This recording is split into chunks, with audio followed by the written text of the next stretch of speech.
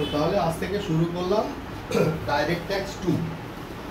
প্রথমে আমাদের একটুখানি জানা দরকার যে ডাইরেক্ট ট্যাক্স 2-তে কি রয়েছে, মানে আদতে ইতিহাস সিলেবাসে যে টোটাল ডাইরেক্ট ট্যাক্সটা ছিল সেই টোটাল ডাইরেক্ট ট্যাক্সটাকে কিছুটা পার্ট থার্ড সেমিস্টারে রাখা হয়েছে, কিছুটা পার্ট ফোর্থ সেমিস্টারে রাখা হয়েছে।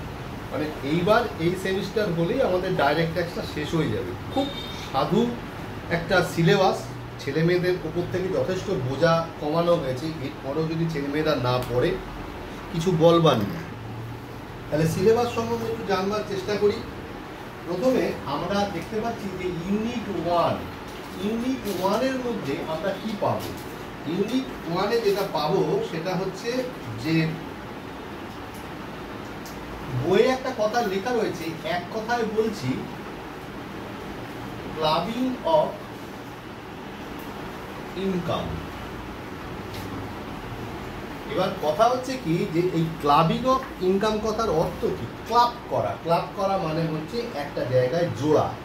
ব্যাপারটা হচ্ছে কি যে ধর আজকে আমি এসএসসি, আমার টোটাল ইনকাম বার করা হচ্ছে।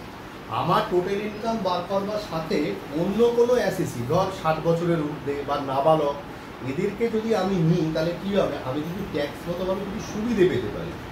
সেটা পাওয়ার ক্ষেত্রে কি করতে হয়, আমার ইনকামের সাথে যদি অন্য কোনো ইনকামকে নিয়ে আসা হয় সেটাকে বলা হয় হচ্ছে ক্লাবিং অফ ইনকাম।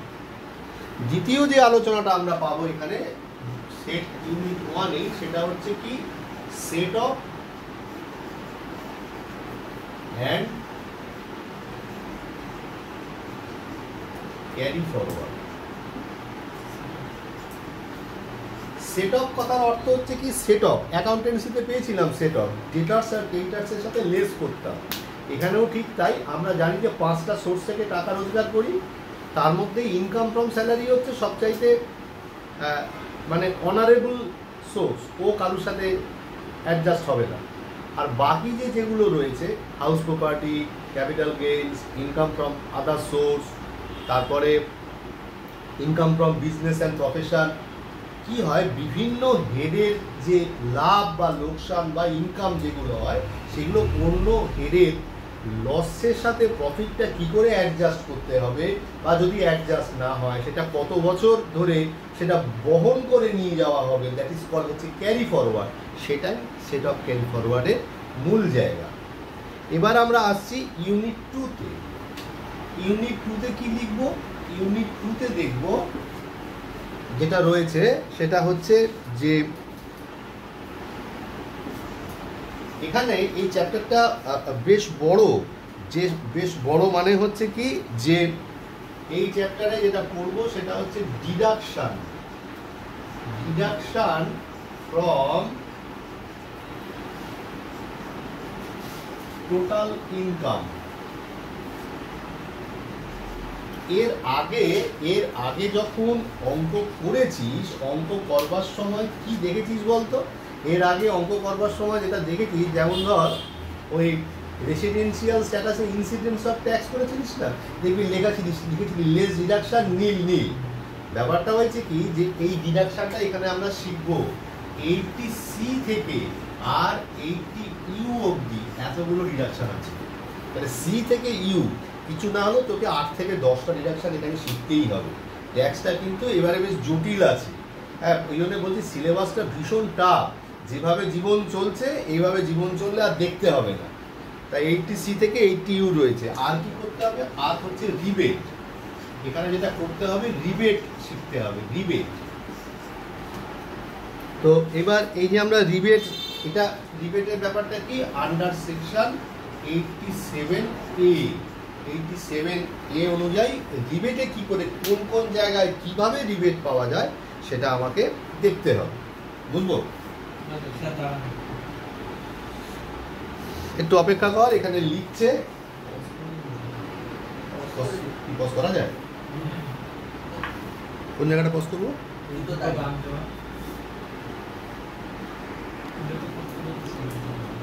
এর পরবর্তীতে তাহলে ইউনিট 1 হলো, ইউনিট 2 হলো। এবার চলে যাব ইউনিট 3-তে। ইউনিট 3-তে অনেকগুলো জায়গা রয়েছে।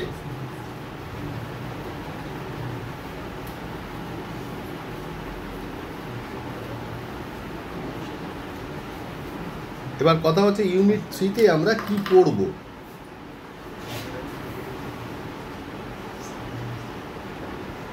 ইউনিট 3 বিষয়বস্তুটা হচ্ছে computation of total income and tax payable. এই হচ্ছে জায়গা। কি বললাম? Computation of total income and tax payable. এখানে আমরা কি করব? এখানে প্রথম যেটা দেখব সেটা হচ্ছে যে rate of tax. Rate of tax applicable. Rate of tax applicable to different assessee. Applicable to different assessee. B number কি করব? B নাম্বার করব taxability of STCG, মানে short term capital gain and long term capital gain হলো। তারপরে C number হচ্ছে taxability of earning, taxability of earning from lottery, from lottery. তারপরে crossword puzzles and races, তার মানে ইনকাম ফ্রম আদার সোর্সের জায়গাটা রয়েছে। তারপরে D number application of 115 BAC, যেটা নতুন এসছে। আর ই নাম্বার হচ্ছে computation of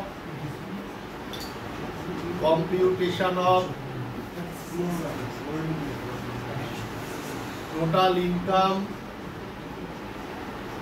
and tax liability.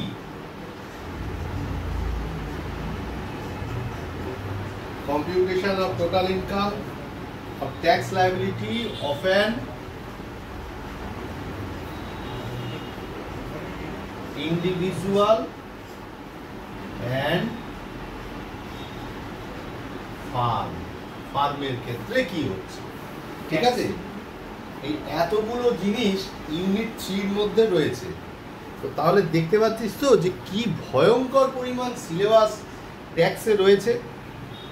কতটা পড়াশোনা করলে তারপরে এইগুলো আমাদের হজম হবে।